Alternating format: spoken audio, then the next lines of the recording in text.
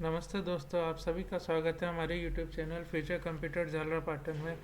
दोस्तों, जैसे कि आप सभी को बहुत टाइम से इंतज़ार था कि कब university of Kota exam forms के स्टार्ट करेगी, यानी न्यू स्टूडेंट्स के लिए फॉर्म अप्लाई करेंगे जो प्राइवेटली भर रहे हैं या जो रेगुलर स्टूडेंट्स हैं उनके एग्ज़ाम्स फॉर्म जो फिलअप होते हैं उसके लिए बहुत टाइम से इंतज़ार चल रहा था। दिसंबर में जो फॉर्म्स लॉन्च होते थे हर बार, वो अभी बहुत टाइम से लॉन्च नहीं हो पाए थे। इसका लेटेस्ट नोटिफिकेशन हमारे पास आ चुका है और नोटिफिकेशन के अकॉर्डिंग दोस्तों कि 9 तारीख को फॉर्म चालू हो गए हैं, जो कि कल थी हम तारीख।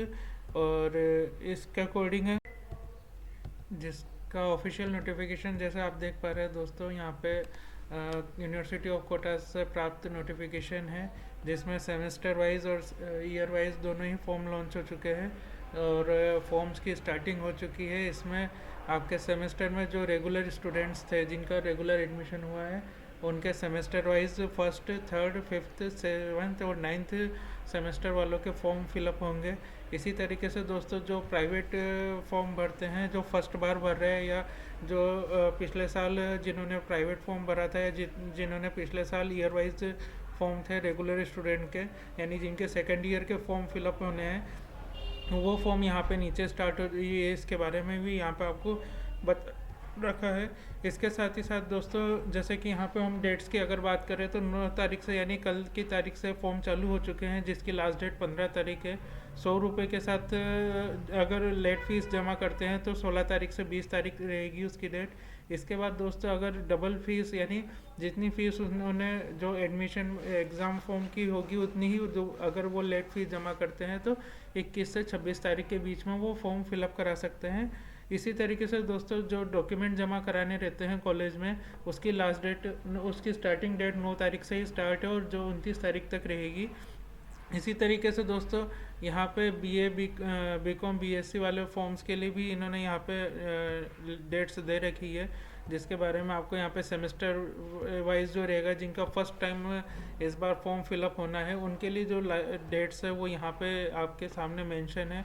और दोस्तों साथ में यहाँ पे एक निर्देश भी है कि जितने भी स्टूडेंट्स हैं, जितने भी, चाहे वो प्राइवेट हो, चाहे रेगुलर हो, चाहे वो फर्स्ट ईयर वाले हो, चाहे फाइनल ईयर वाले हो, प्रीवियस वाले हो, किसी भी कैटेगरी के हो, उन सबको एबीसी आईडी बनानी ज़रूरी है क्योंकि फॉर्म्स एबीसी आईडी के माध्यम से ही फिलअप हो रहे हैं। और इसके बारे में बहुत पहले भी आपको बार बार हमने गाइडलाइन भी दी थी और हमारे वीडियो में हमने आपको मेंशन भी करा है कि किस तरीके से आप एबीसीआईडी बना सकते हैं। और अभी जो नया अपडेट है वो भी हम आपको यहाँ पे बताएंगे। और दोस्तों यहाँ पे ज़रूर ये ध्यान रखना कि आपका एबीसीआईडी के माध्यम से ही फॉर्म फिलअप होगा, अगर अन्यथा फॉर्म फिलअप होने में दिक्कत आएगी। इसके बाद दोस्तों ये तो ऑफिशियल नोटिफिकेशन था। अब इसके साथ ही हम आपको आज इसके कॉलेज के फॉर्म्स के लिए बताते हैं कि पूरी प्रोसेस क्या रहेगी, क्या चीज़ों का आपको ध्यान रखना है, क्या चीज़ें किन किन चीज़ों की आपको गलती से बचना है। तो दोस्तों सबसे पहले हम यूनिवर्सिटी ऑफ कोटा की साइट पे जाएंगे जो कि UOK साइट है, uok.ac.in। इस पर आप जाके क्लिक करेंगे तो आप डायरेक्ट गूगल सर्च भी कर सकते हैं UOK या फिर आप डायरेक्ट URL भी लिख सकते हैं uok.ac.in। जैसे ही आप इसको ओपन करेंगे तो यूनिवर्सिटी ऑफ कोटा की आपके सामने वेबसाइट ओपन हो जाएगी। इसमें आपको स्टूडेंट कॉर्नर पे यहाँ पे जाना है दोस्तों। स्टूडेंट कॉर्नर पे आने के बाद आपको ऑनलाइन एग्जामिनेशन फॉर्म में आना है। जैसे ही आप यहाँ पे ऑनलाइन एग्जामिनेशन फॉर्म पे क्लिक करेंगे तो दोस्तों यहाँ पे एक वेबसाइट ओपन हो जाएगी जो कि uniexam.org/uok/ है। लेकिन दोस्तों यहाँ पे ये पुराना URL था तो यहाँ पे बहुत सी बार हो सकता है कि आपके कंप्यूटर में भी पुराना URL ही ओपन हो या इस तरीके की प्रॉब्लम आए। तो आप यहाँ पे ध्यान रखें दोस्तों कि ये जो ORG लिखा हुआ है इस ORG को सिलेक्ट करके आपको इसको इन्फो में कन्वर्ट करना है क्योंकि जो नया पोर्टल है वो इन्फो है uniexam.info/uk। तो आपको इसको इन्फो करके जैसे ही आप एंटर करेंगे तो आपके पास ये पोर्टल ओपन हो जाएगा। इसमें दोस्तों आपको यहाँ पे student panel main exam form में जाना रहेगा। इस पर जैसे ही आप क्लिक करेंगे तो ये पोर्टल है आपका एग्जामिनेशन पोर्टल जो नया लॉन्च हुआ है यूनिवर्सिटी ऑफ कोटा का। जो पहले के जो प्रीवियस प्रोसेस थी वो अलग थी, अब जो प्रोसेस है वो पूरी बदल दी गई है। तो यहाँ पे आपको बहुत सारी चीज़ों का स्पेशली ध्यान रखना रहेगा। तो दोस्तों ABC ID कैसे बनानी है उसका वीडियो भी आपको यहाँ पे दे रखा है, तो आप यहाँ से भी देख के ABC ID बना सकते हैं कि किस प्रकार से आपको ABC ID बनानी है। और हम यहाँ पे दोनों ही चीज़ों की बात करेंगे कि किस तरीके से आप फर्स्ट टाइम ये जो यहाँ पे मैसेज आ रहा है कि आपका अगर लॉगिन आईडी पासवर्ड नहीं है तो आप न्यू यूज़र रजिस्ट्रेशन कैसे करेंगे, तो यहाँ पे हम न्यू यूज़र रजिस्ट्रेशन भी करके बताएंगे और आपको फॉर्म फिलअप करके भी बताएंगे। तो दोस्तों हमारे वीडियो में लगातार बनिए रहेगा और कोई भी स्टेप स्किप ना कीजिएगा, क्योंकि दोस्तों हर स्टेप पे आपको इम्पोर्टेंट जानकारी दी जाएगी।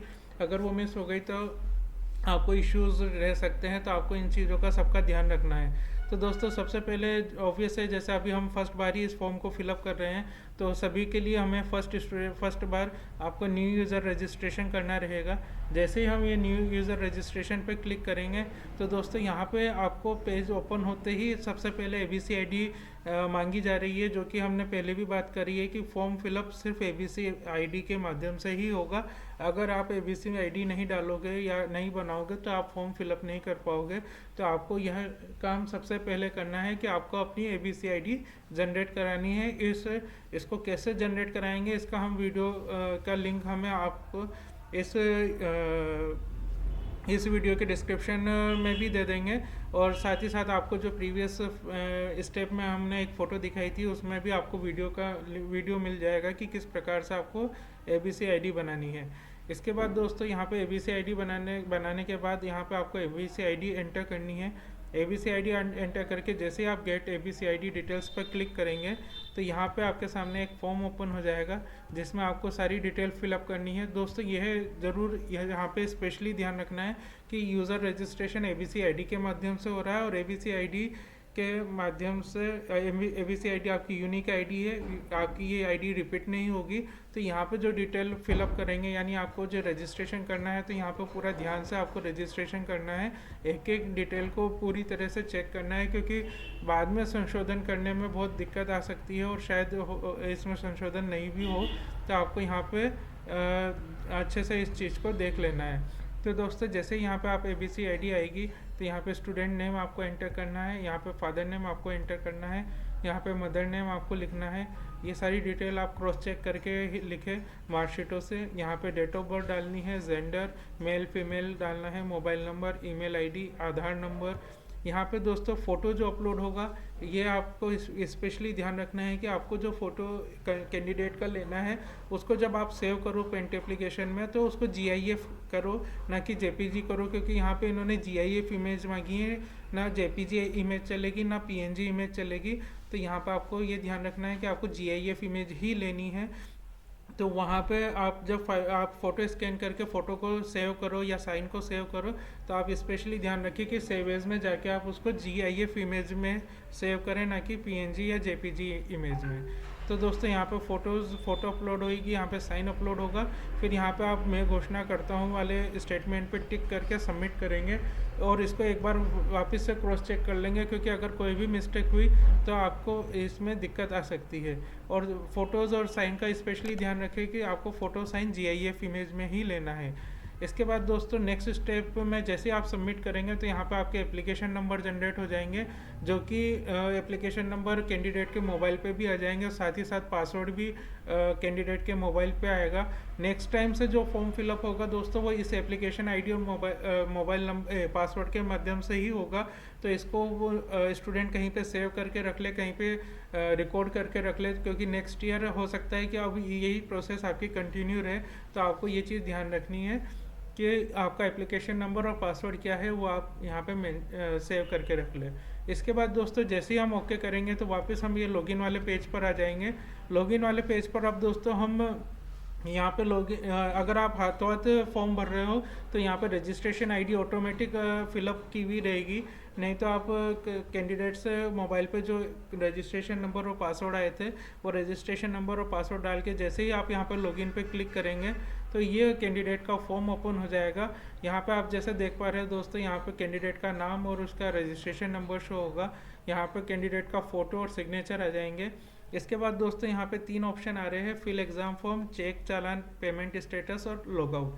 फिल एग्ज़ाम फॉर्म में आप फॉर्म फिलअप करेंगे। चेक चालान स्टेटस में अगर कोई पेमेंट पेंडिंग रह गया है और अभी तक कंफर्म नहीं हुआ है तो आप उसको चेक कर सकते हैं, और लॉगआउट में आपकी आईडी लॉग आउट हो जाएगी। तो दोस्तों हम यहाँ पे फर्स्ट स्टेप करते हैं फिल एग्ज़ाम फॉर्म। जैसे ही हम फिल एग्ज़ाम फॉर्म पे क्लिक करेंगे तो दोस्तों यहाँ पे जैसे कि आप देख रहे हैं कि यहाँ पे आपके सामने जैसे हमारे पुराने पोर्टल के कुछ ऑप्शंस थे वैसे ही ऑप्शंस यहाँ पे आ गए हैं। तो यहाँ पे सबसे पहले आपको कैटेगरी सेलेक्ट करना है। तो रेगुलर, यहाँ पे 3 कैटेगरी जैसा हम जानते हैं, रेगुलर, प्राइवेट और एक्स स्टूडेंट की रहती है। तो दोस्तों यहाँ पे इस बार का जो चेंजेस है उसको ध्यान में रखते हुए आपको ये काम करना है कि जो स्टूडेंट पिछले साल रेगुलर थे और जो सेकंड ईयर का फॉर्म या फाइनल ईयर का फॉर्म फिलअप करा रहे हैं उन सबको तो आपको ईयर वाइज यानी ईयर वाइज कैटेगरी में लेना है। लेकिन जिन्होंने पिछले जो इस साल फर्स्ट ईयर का एग्ज़ाम देंगे, जो स्टूडेंट ने मतलब पिछले साल एडमिशन लिया था, उनका इस बार हमको सेमेस्टर में फॉर्म फिलअप करना है। तो इस चीज़ का ध्यान रखना है। और जो स्टूडेंट फर्स्ट बार पेपर दे रहे हैं इस साल लेकिन वो प्राइवेट एडमिशन लेना चाहते हैं तो उनका भी आपको यहाँ पे ईयर वाइज एडमिशन लेना है। तो यहाँ पे आपको ये चीज़ का थोड़ा सा ध्यान रखना पड़ेगा।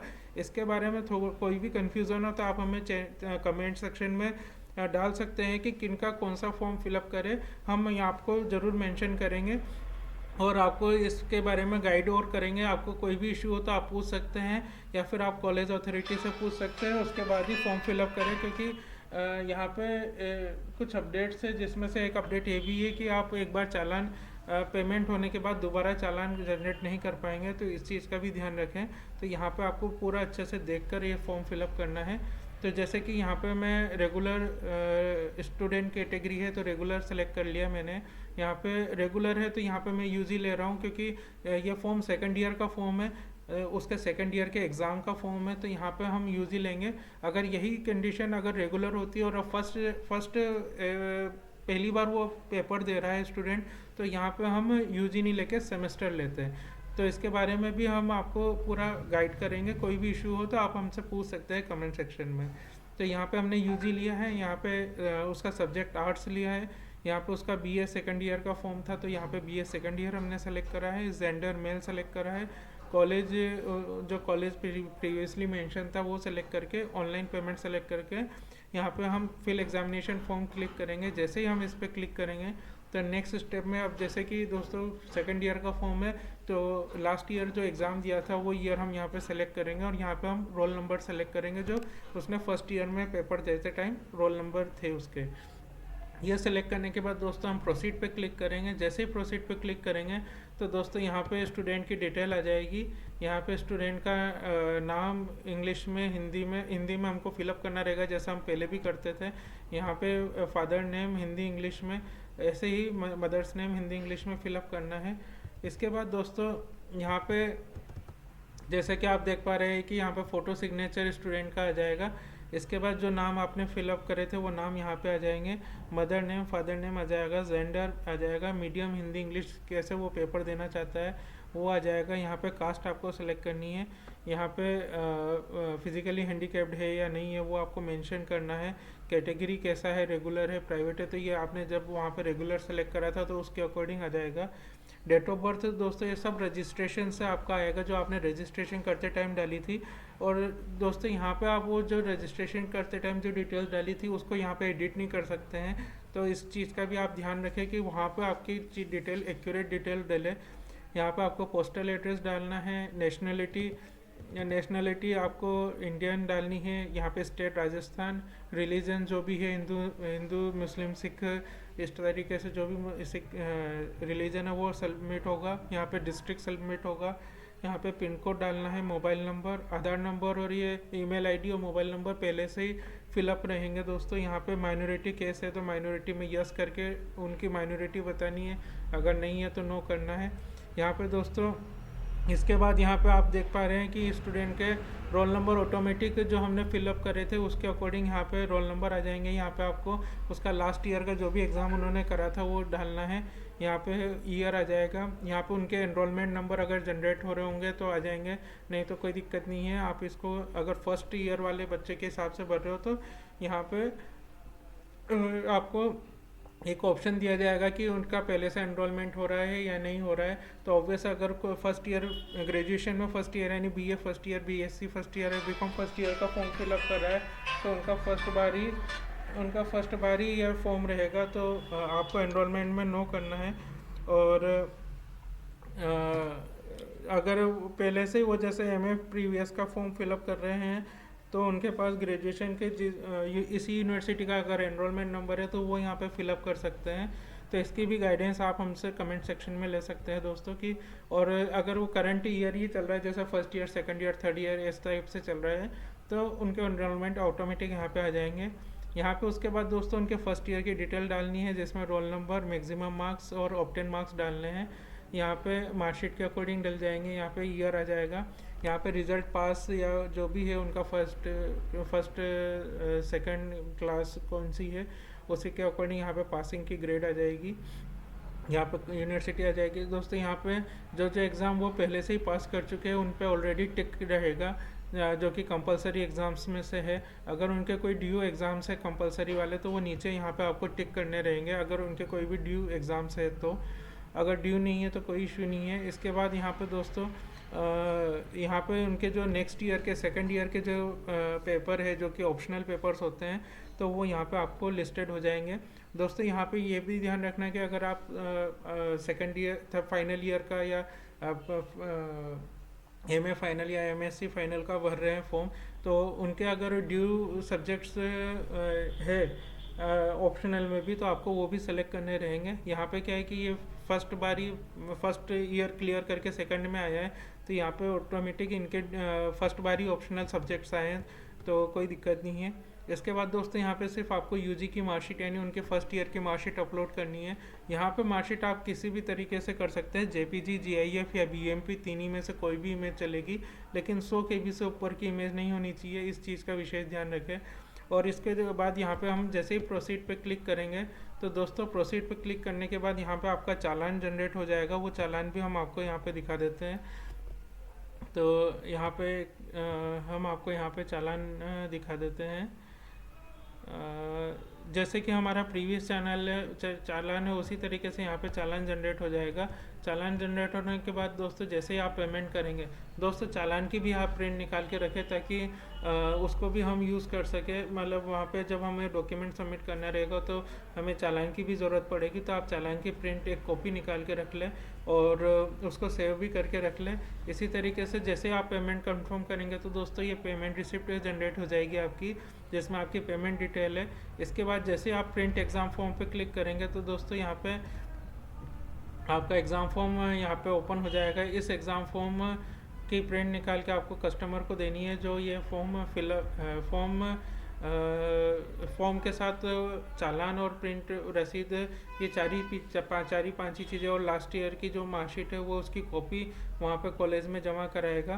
तो इस तरीके से दोस्तों ये हमारा पूरा वीडियो था जिसमें हमने बताया आपको कि किस तरीके से आप यूनिवर्सिटी ऑफ कोटा के फॉर्म भरेंगे।